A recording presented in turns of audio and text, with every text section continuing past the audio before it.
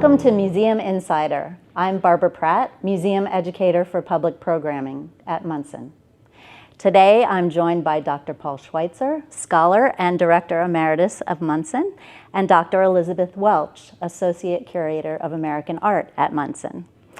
And we're in this gallery of beautiful artwork to talk about Canvas to Culture. Thomas Cole's Voyage of Life lives on. So, how did these works become as famous as they are? Well, there was never a time actually when they weren't. Thomas Cole painted the set that we're sitting nearby, the original set of the Voyage of Life, in 1839. A number of people actually had a chance to see the pictures when they were being painted by Cole in his upstate New York Catskill studio. So they knew something really great was coming. And the press picked up on this and began to report about them being the next sensational series of allegorical paintings that Cole was going to paint following an earlier series called The Course of Empire. And then he brought them all to New York City and unveiled them in a private one-man exhibition in the gallery in Lower Manhattan, Broadway, and Leonard Street, building that no longer exists.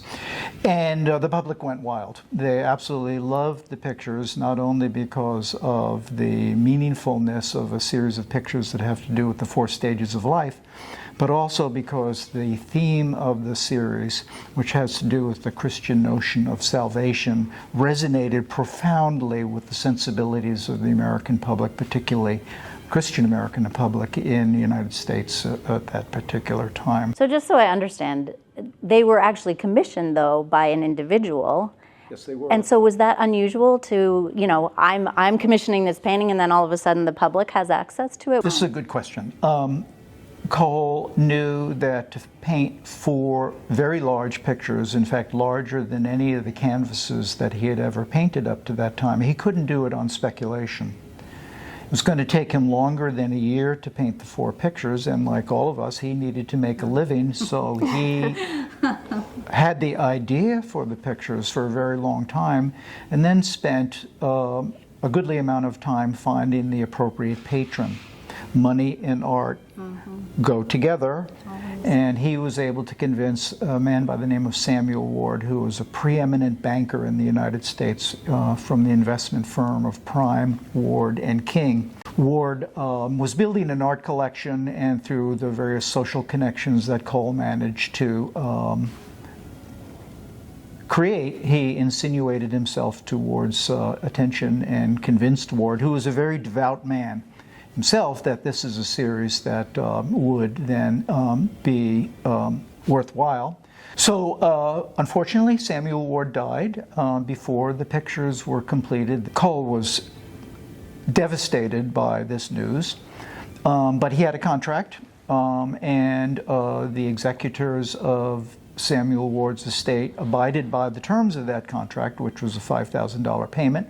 Cole fulfilled his part of the obligation, which was to complete the series, and then fully with no bad intentions, he took the pictures to New York City and unveiled them in a private one-man exhibition he had in downtown Manhattan. The pictures after that exhibition then fell into a state of limbo.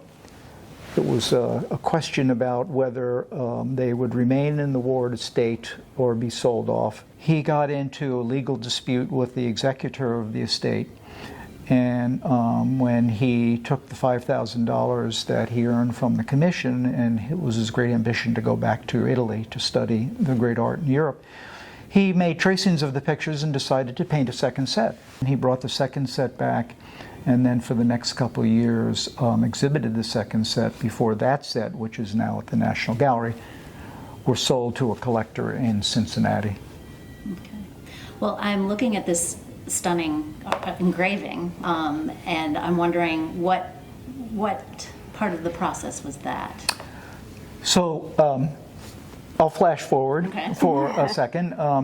Back to the original set. The original set languished in the Ward estate for a number of years. They were respectful enough of Cole's reputation that they didn't want to have a fire sale and undersell the pictures for less money than Cole had been paid for them, because that would have had a deleterious effect on Cole's own market for the future.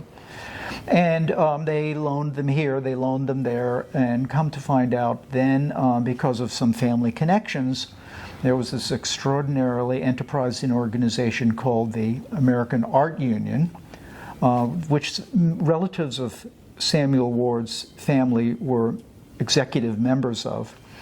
And they hit upon the idea that this organization could actually buy the pictures from the Ward estate and then make them available in the American Art Union's annual lottery. If you bought a $5 ticket for the American Art Union, you had a chance to win an original work of art at the end of each annual year in December, when they had an actual lottery drawing. Regardless of whether you won a picture or not, every member of the organization was also given a print. Long story short, the American Art Union was so excited about the fact that they had acquired the pictures for a confidential price, which, by the way, was less than Cole had been paid. They ultimately did sell the pictures for approximately 50% of what Cole had been paid.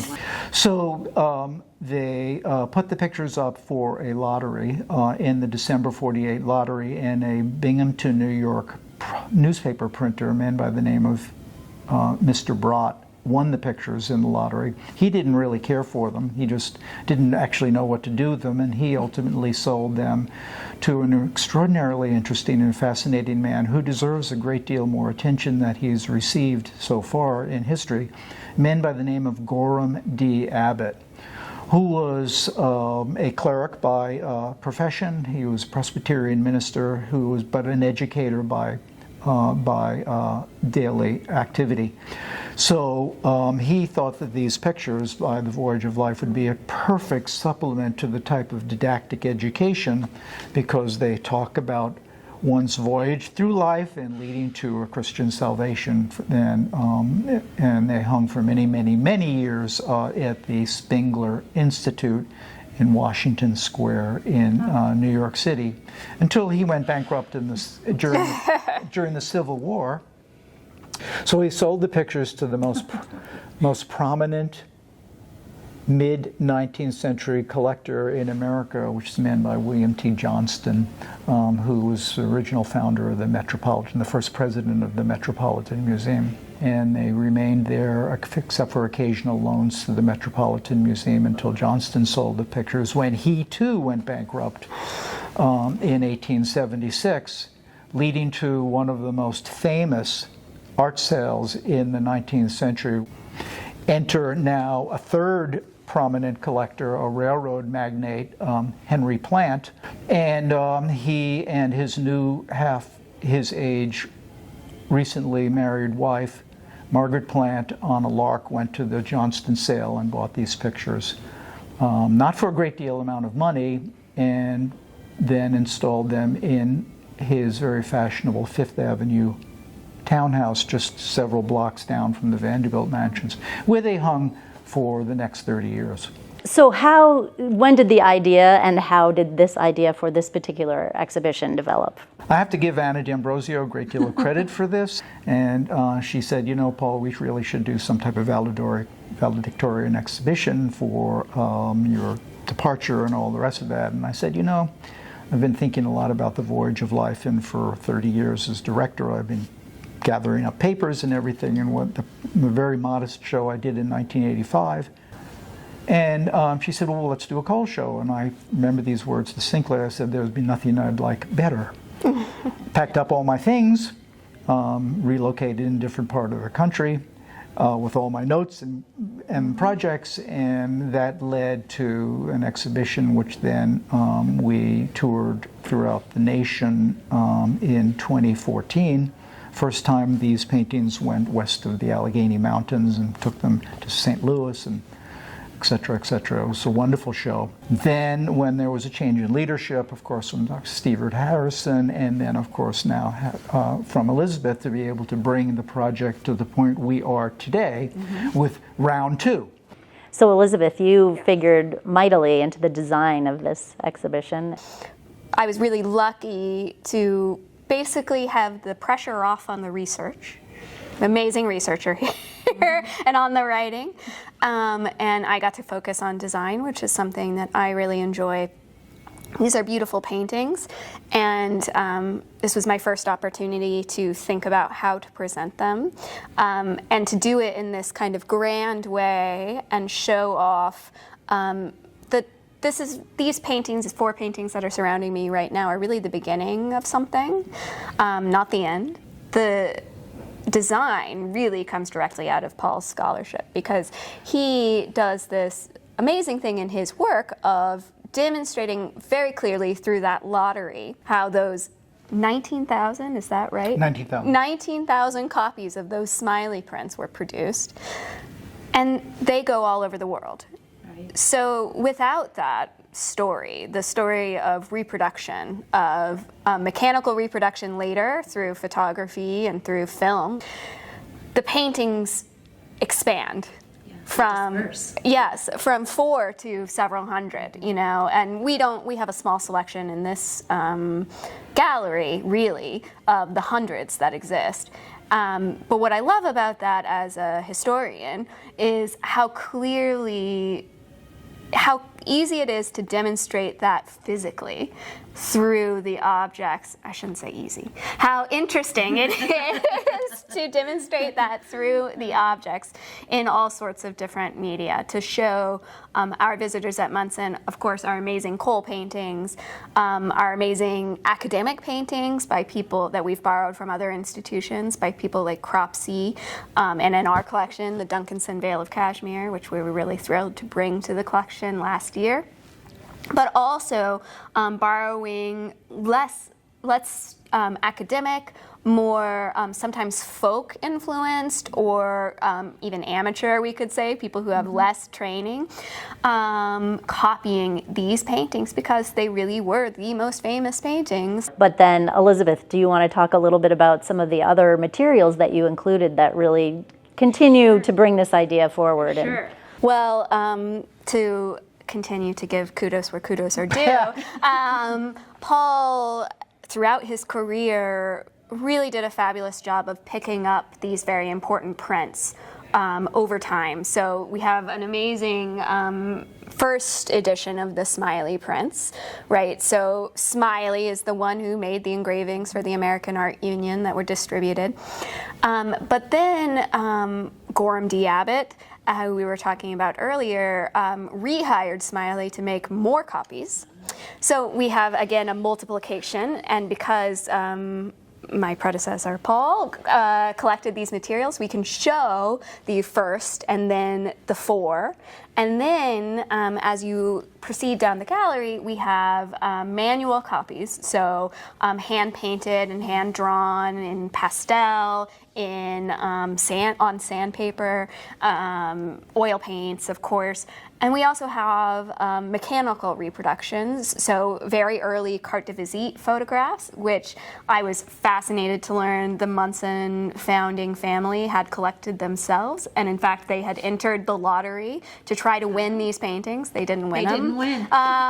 But they had got them in the end. Yeah, but they had the budget to buy their own paintings, luckily. So. And would you explain what a carte de visite is? Absolutely. So it's an early albumin photograph printed on a little card, and that's why they're called carte de visite, because some people in theory would go over to someone's home and leave a card, a visiting card, with their photograph on it, which seems very foreign now, but it's kind of like Facebook. So, but you could also make these photographs of spaces, of buildings, and of paintings.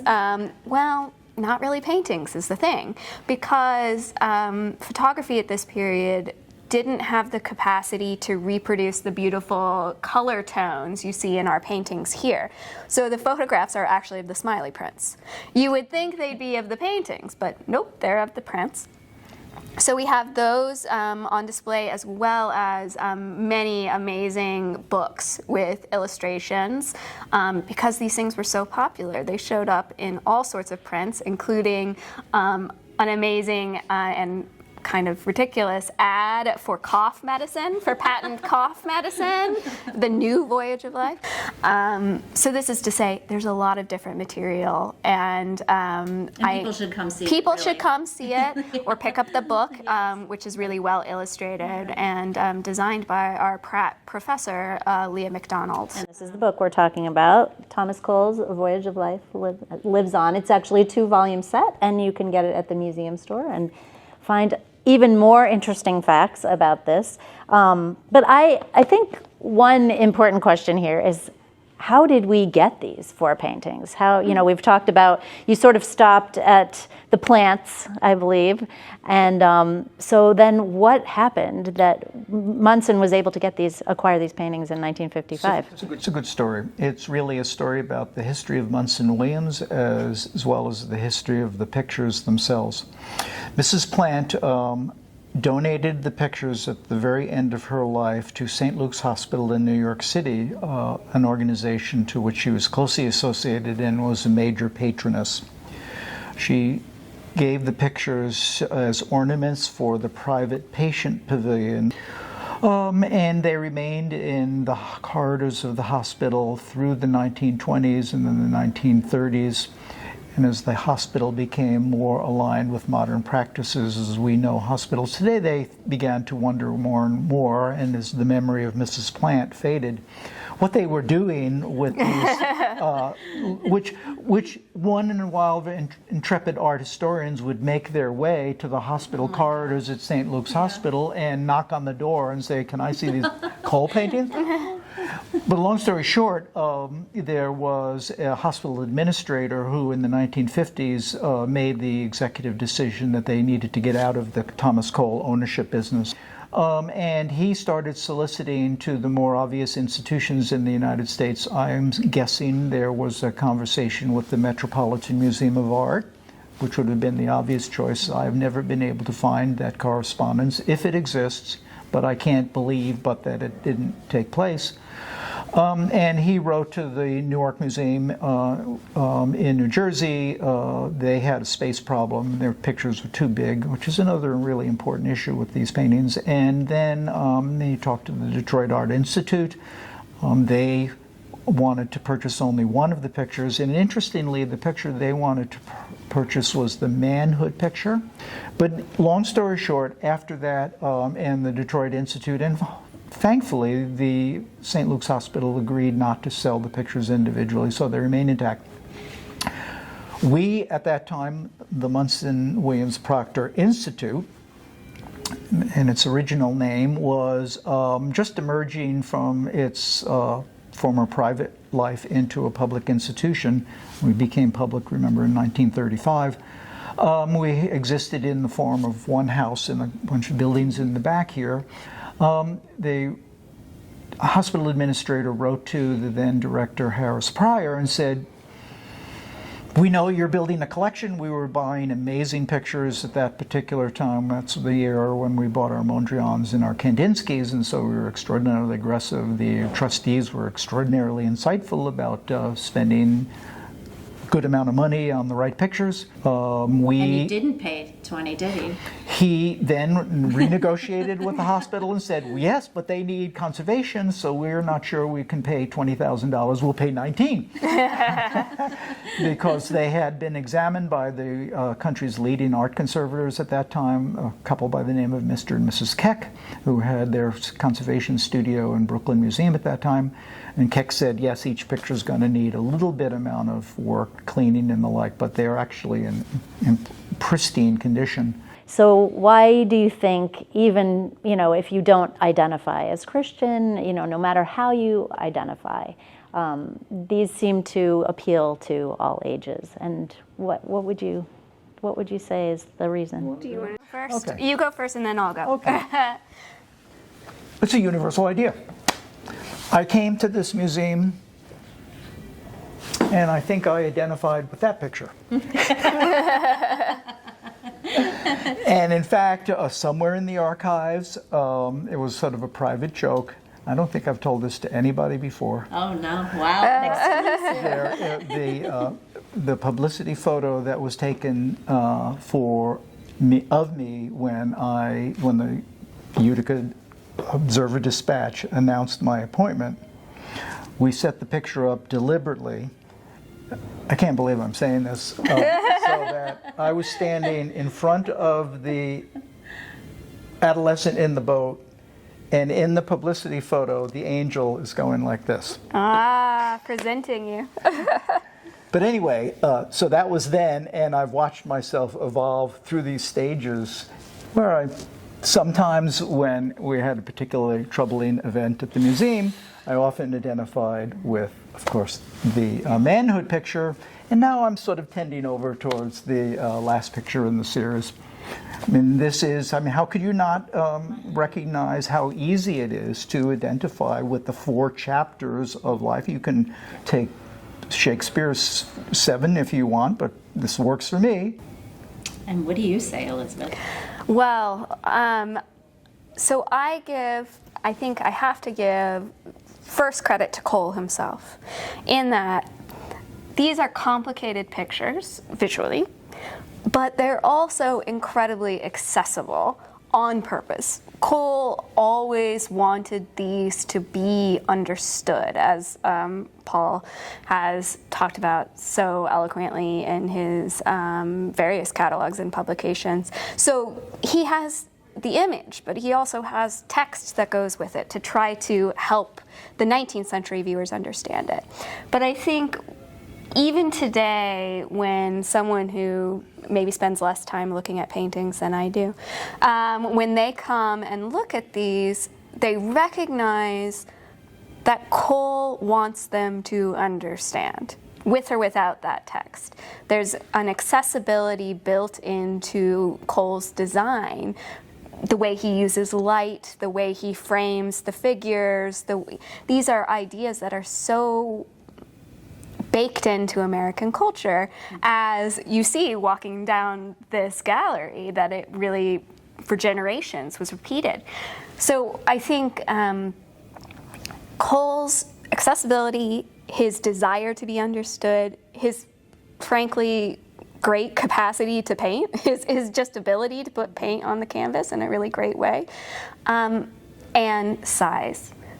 Sorry to say it, but big works in painting. People like big paintings, and I think because when you stand in front of these paintings, they take you over, and you're surrounded by them, and it was always supposed to be that way. And I like to give credit where credit is due. You know, we installed these pretty well, I think, but also Cole wanted it that way, and we're sort of, I hope, living up to his expectations in some way, although I doubt he would be happy with with everything in this museum. He had his very particular taste, but I think he would like this part. Yeah. So, yeah. I think the access part is wonderful, and I think that's what keeps people coming back. Mm-hmm. You know, there are people who come here who remember coming as a child, and then they bring their children or their grandchildren, and so there's really, on this journey, there's a place where everyone can identify, and I think that's really special to so many people. So, well, thank you for joining us. Thank you for joining in this conversation. Thank you.